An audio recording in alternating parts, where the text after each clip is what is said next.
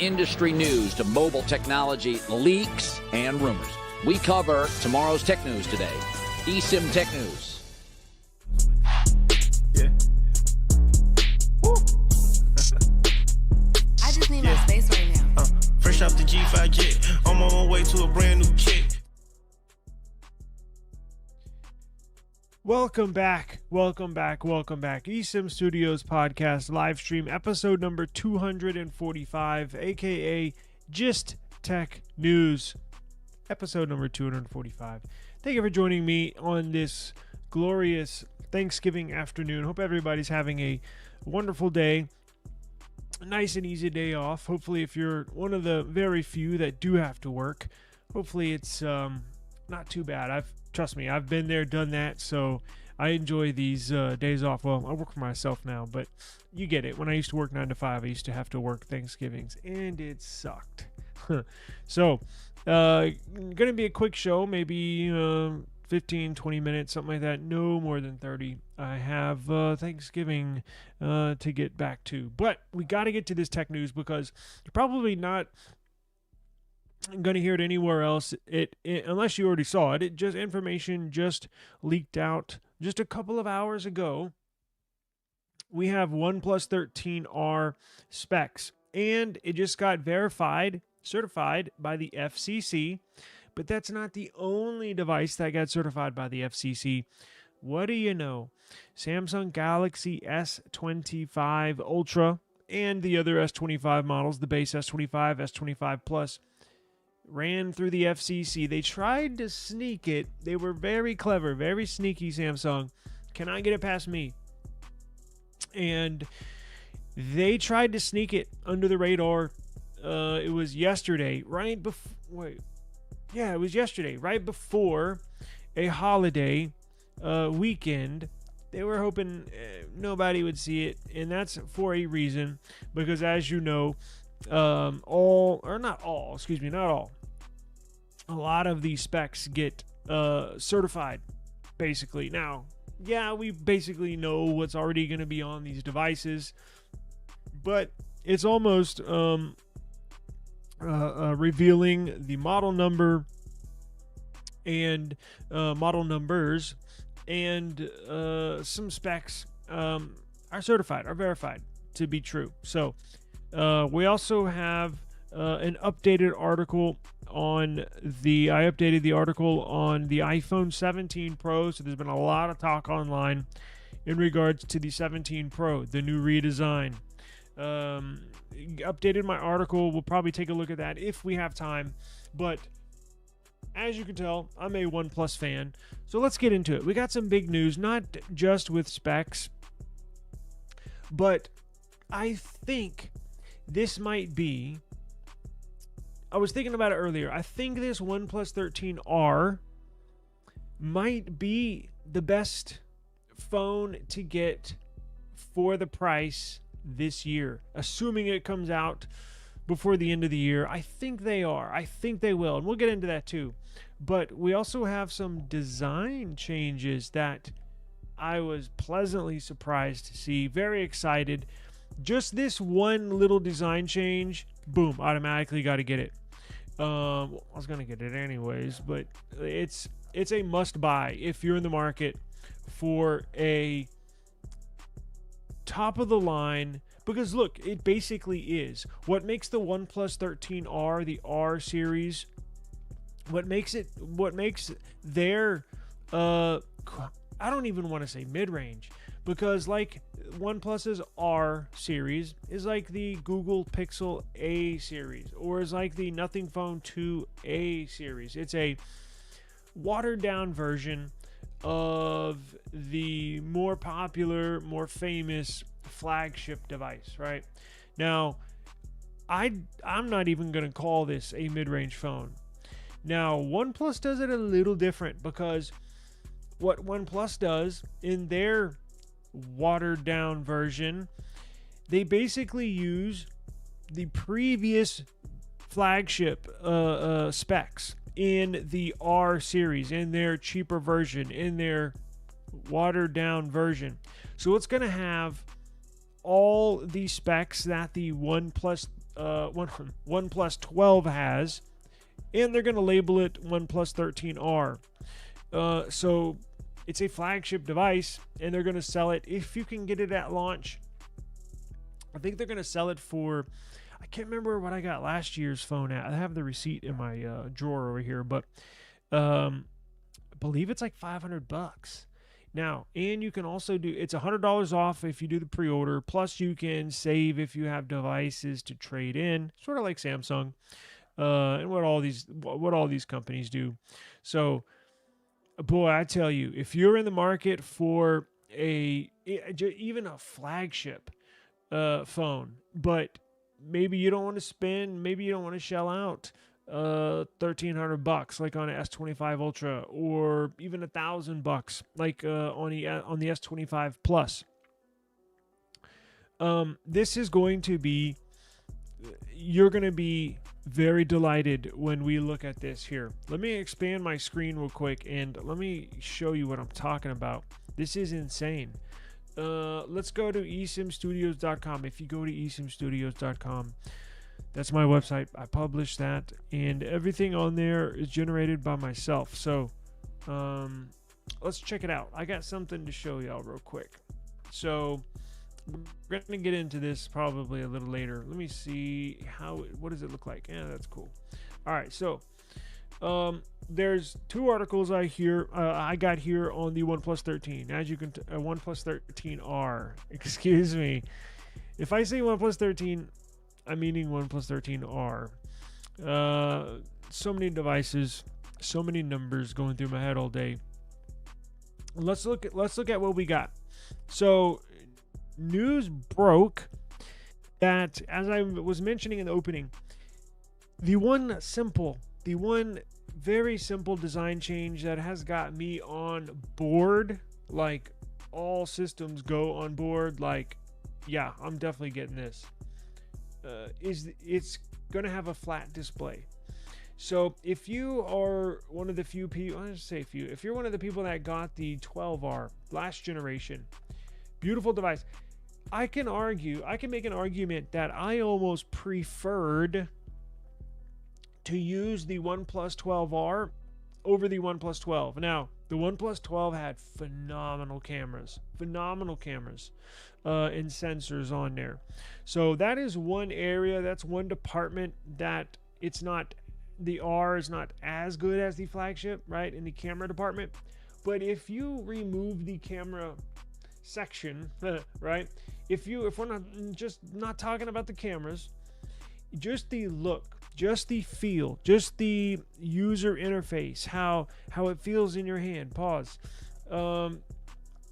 I almost preferred the OnePlus 12R over the OnePlus 12. Yes, OnePlus 12 was more powerful, had all the latest and greatest specs on there, but it was something about the OnePlus, like the display was a little wider, I think. That's why I liked it. The OnePlus 12, pretty tall. The OnePlus 12R, a little wider. Now, it had more curvature on the display.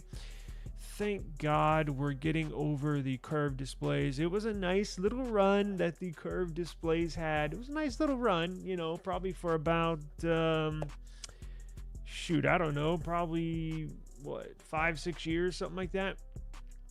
Thank God we're going back to flat displays, because I don't always put glass on mine, but it's not just putting tempered glass on it. If I or you want to put it on there, of course you can get the stupid dome glass that you can get for the curved displays, but that's a waste of money. I'm not. If I do put a screen protector on a curved display, it's going to be film. Now, OnePlus does put screen protectors on there. You know what? Did they do that on the 12 series? I don't know. Anyways, that's not the point.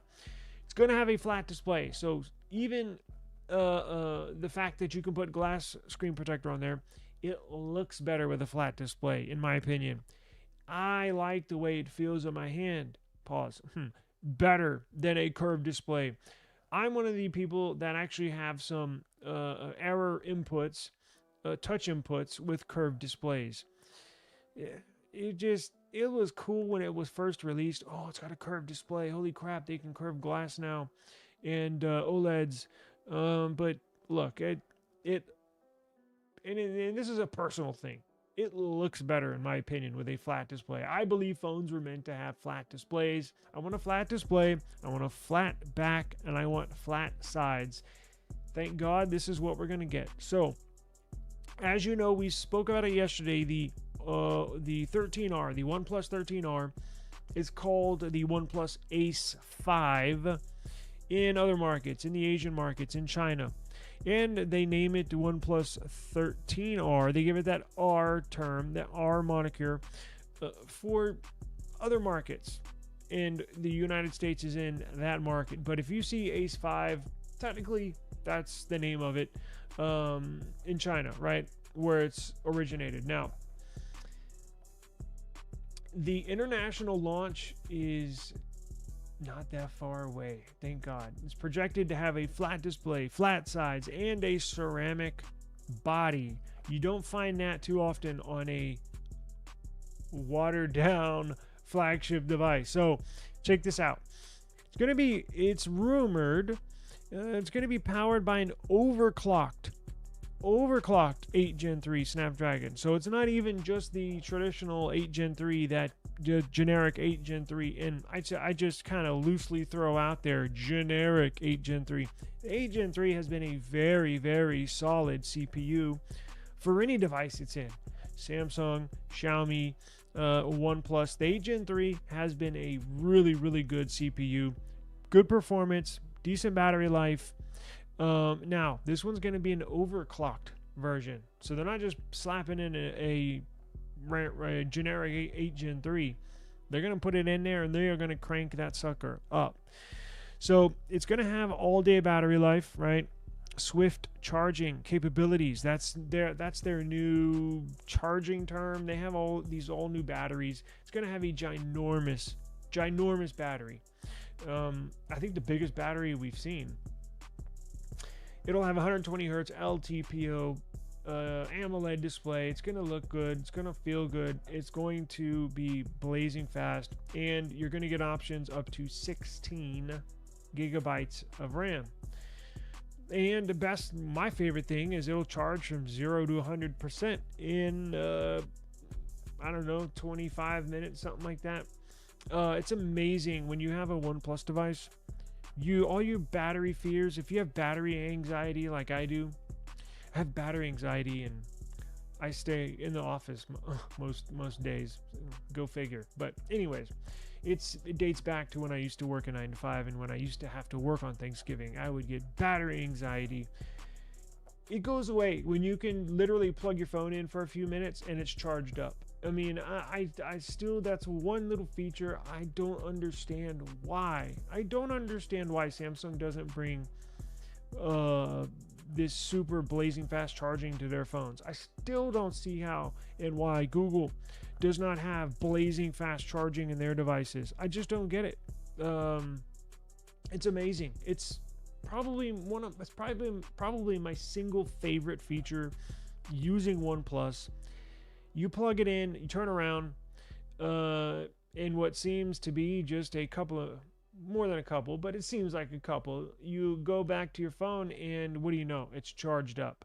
Can't beat that. I mean, that's a very, very overlooked quality feature of these OnePlus devices, right? So this will basically have all the specs that the flagship OnePlus 12 had last year. So here's a better look at the device. It's a little less, quality is a little less now that I had to expand it, but you can see it keeps that same look, that same feel of the OnePlus 12, just with a flat display and flat sides. You still get that alert slider there, and I really like that green color.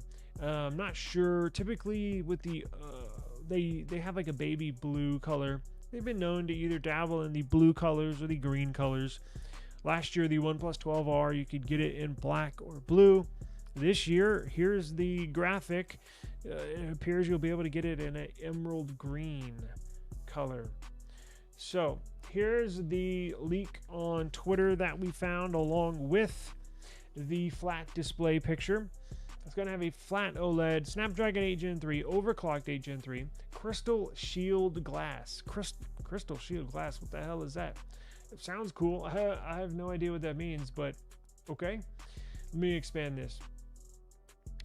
It'll have a metal frame, which is good because on the OnePlus 13R, it had a metal frame, but remember, it had a curved display, not like the newer curved displays like in the OnePlus 12. The OnePlus 12 and the OnePlus 12R, last year's models, had curved displays, but the 12, the flagship, the more expensive model, it was a slight curvature.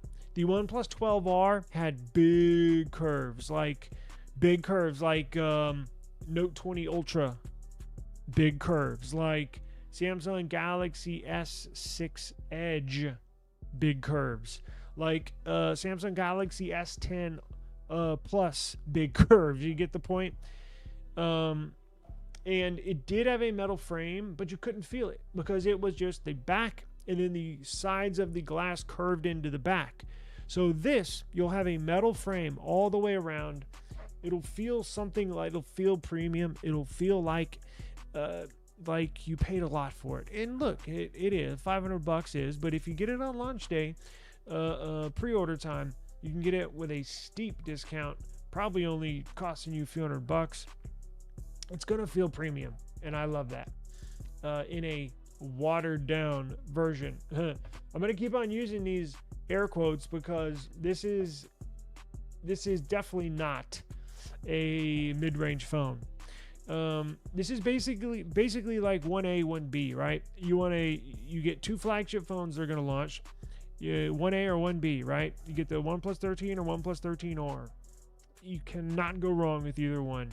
I would tell you, whichever one you get, I would say congratulations, you got a badass phone. It's going to have a new gaming Wi-Fi chip, so in a ceramic back, which again, you do not find that ceramic composite materials in watered down flagship devices or mid-range devices. Now, going to the gaming Wi-Fi chip, I don't know what that means. I'm going to look into that a little more for everybody to see kind of like what's that all about. I haven't really heard or seen that term used before. New gaming Wi-Fi chip. Now, you can kind of guess what that means. It's probably going to use Qualcomm's all new, is it the X80 modem? X70, X75, X80. I think it's the X80 for this upcoming year. Anyways, it's probably going to, what it means is it's probably going to grab a hold of your Wi-Fi bands, whether it's 2.5, 5, or 6 gigahertz, and it will not let them go, meaning it's probably got a very, very strong modem in there, so you're not jumping back and forth, or if you kind of move away from your router, whether in your home, office, wherever you're at, studio, it'll have a good grip on those frequencies so you don't drop or lose any frame rates in your gaming or any signal or any data loss. So I'm encouraged. I welcome it. I've never seen that before, but okay. It's going to have a 6,300 milliamp per hour battery. 6,300 milliamp per hour battery. Just for reference, the Google Pixel 9 Pro XL, big phone, big heavy phone, 5,000. S24 Ultra, 5,000. So look, guys, this thing is you're going to get 2 days of battery life out of this thing. And the best part is when you got to refill the battery, it's only going to take literally a few minutes. So hopefully, look, OnePlus is taking the charge, no pun intended, on this battery thing, this battery life thing. We've been stuck in this little bubble of batteries and battery life and charging for what it seems to be years now. And thank God, OnePlus, out of any company, out of all companies, Samsung, Google, Apple, they're the ones that are stuck in the bubble. OnePlus is like, peace, I'll see y'all later. We're gonna go and do our own thing with this battery and this charging thing. And I welcome it, right? Because nobody else is throwing in. And remember, it's not just a 6,300 milliamp per hour battery. Remember, they actually designed this. They actually this new battery was in R&D, research and development, for years, from what I understand, and they actually got it patented. So this is a patent battery design. It's not your typical lithium-ion battery. I need to pull information on that because I did not even think about that until right now. But this is all new battery tech. Charges faster.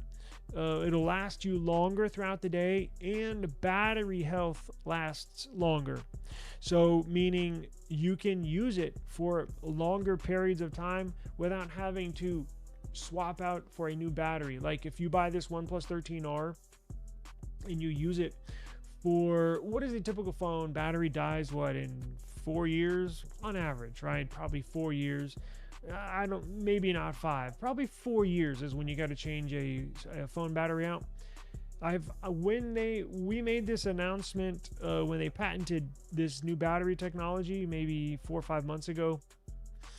It's apparently supposed to give you right around 35% longer battery health, meaning not throughout the day, meaning lifetime. So if every other phone roughly have to change a battery out, if you're going to keep it that long, and hey, if you want to, that's cool. After 4 years, you really see your battery start to degrade, right? It won't hold the charge that long. It takes a little longer to charge. Your batteries, it's about time to switch, just like a car battery, right? Honestly, same thing. This OnePlus new battery tech, 35% longer battery life, meaning instead of having to replace your battery after about 4 years, hell, you could probably go 6 years, possibly pushing 7 years. So again, before you have to change it. So you don't see any other company doing this. So you do have to give them praise for kind of pushing this new battery tech forward.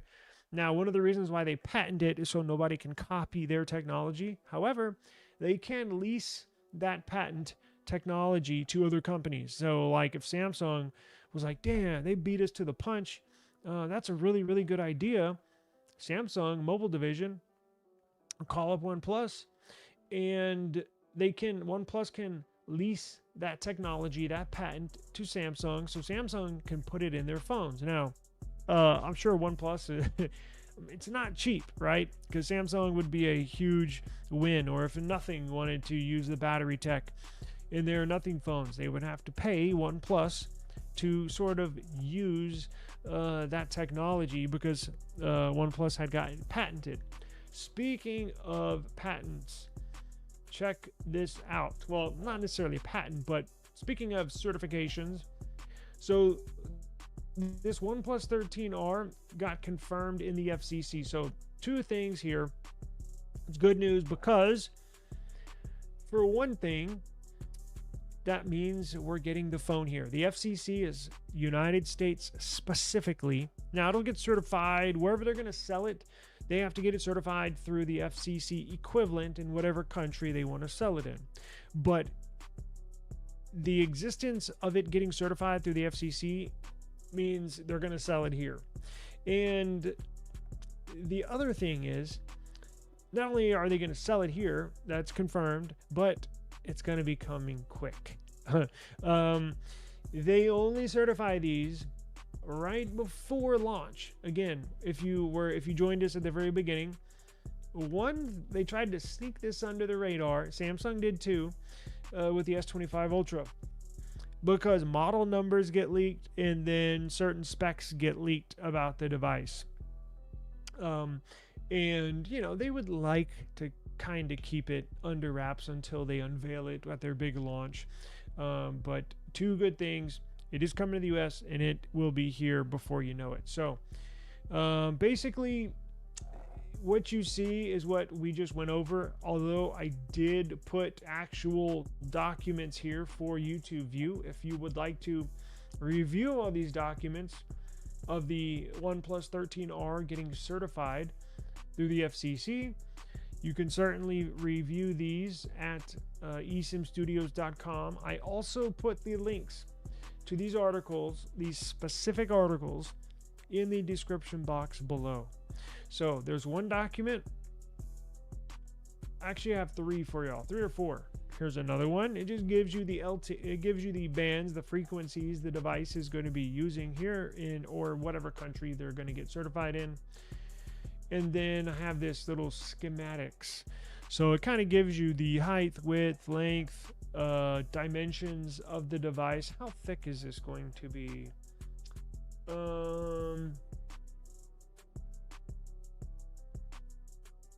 I don't know. But anyways, you can see where the antennas are going to be. Looks like they're going to be at the bottom and the bottom left, all up the left side through the top right, and down the top right side of the device, with no antennas or no bands on the bottom right side, bottom right corner of the device. So interesting. I'm a nerd. I love looking at this stuff. So if you're a fellow nerd like me, please go look at these documents I got from the FCC on esimstudios.com. Again, it is linked in the description box below. Let's see here. Speaking of certifications, what do you know? No, I posted this earlier. Let's hope I posted it. Here we go. Samsung Galaxy S25 gets certified through the FCC. Again, what does that mean? That's good, because we knew they were going to sell it here in the US, so that really wasn't the question. But it's good because that means it's going to be here before you know it.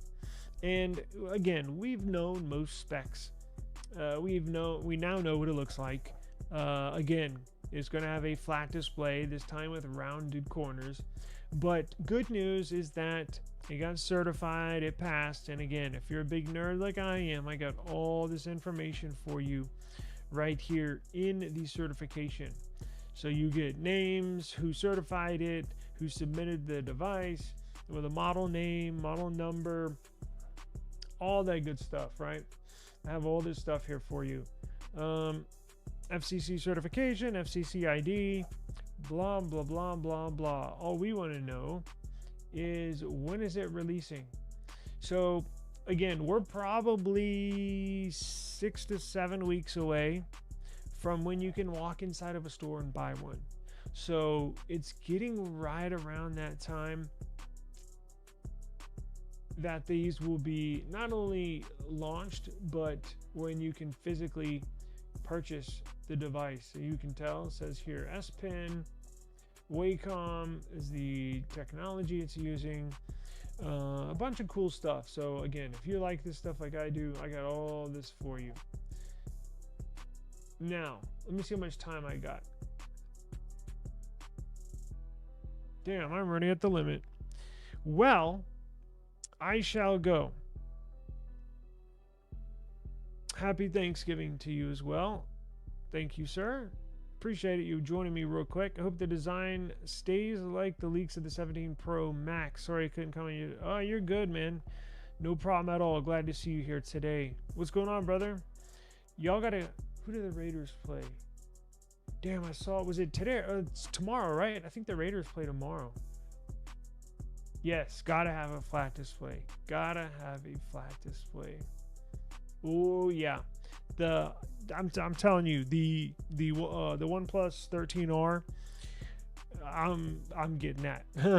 In fact, I'll probably order that before I order the 13. That's gonna be the phone to kind of wrap up and end this episode. That, in my opinion, and we'll see as time goes on. That's gonna, and look, it's gonna release. There's been a lot of good phones released this year. I'm expecting them to release this device before Christmas. So if it's just getting passed right now, look, the OnePlus 13 has been released in China, so they're out there. You can actually go buy one if you want one right now. I think they're going to try to get the other markets out before the holiday season. so people can buy them, right? I wouldn't be shocked, but if it's sold after the New Year's, kind of like the S25. Although OnePlus did launch their OnePlus 12 series like a week after Samsung did earlier this year at the beginning of the year. I think they're going to launch them right around early to mid-December, probably December 15th. I don't know, something like that. Could be the phone of the year. Now, when I say phone of the year, I'm not just talking, I guess I need to be more specific. Best, and there's a lot of contenders. I guess you would have to rank it. Well, we can get into it later, but I'm probably going to go on for another 10 minutes talking about rankings. But just trust me, it'll be for the price, for the specs, for the price. If you want to get the most specs you can, but for the smallest price you want to pay, this could be it. Again, it's going to have basically flagship specs, and it's got, I think they released it. Hang on, I think I got my receipt right here.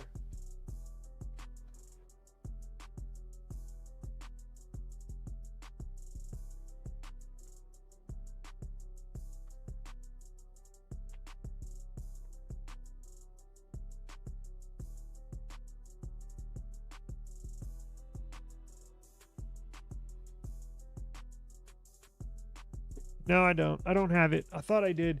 I just pulled receipts from the CMF Phone 1 and a couple other devices. I didn't see it. Anyways, it's going to be roughly $500. And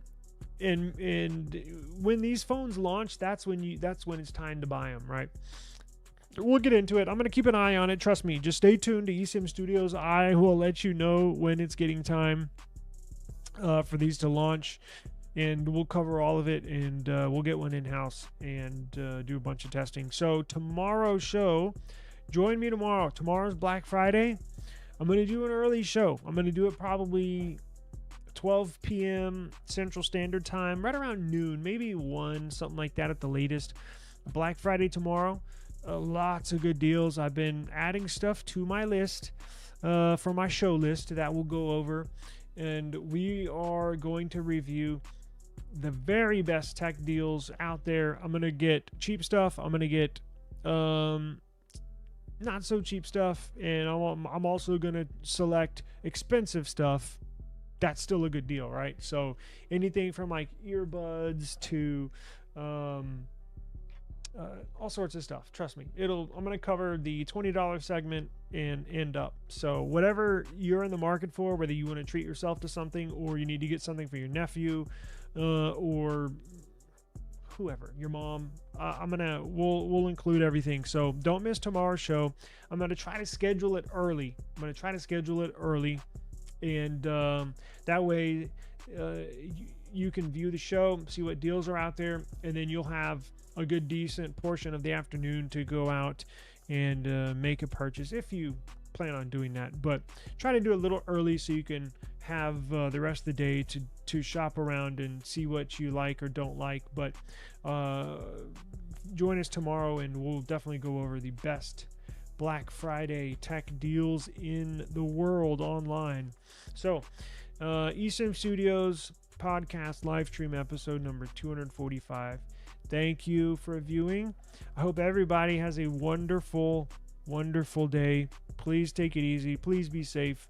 And thank you for viewing. It means a lot. I really, really appreciate it. I'm very thankful for y'all, for everybody that views the channel. I really am. So enjoy the day, and time to watch some football and eat. So I will see y'all tomorrow. Peace out.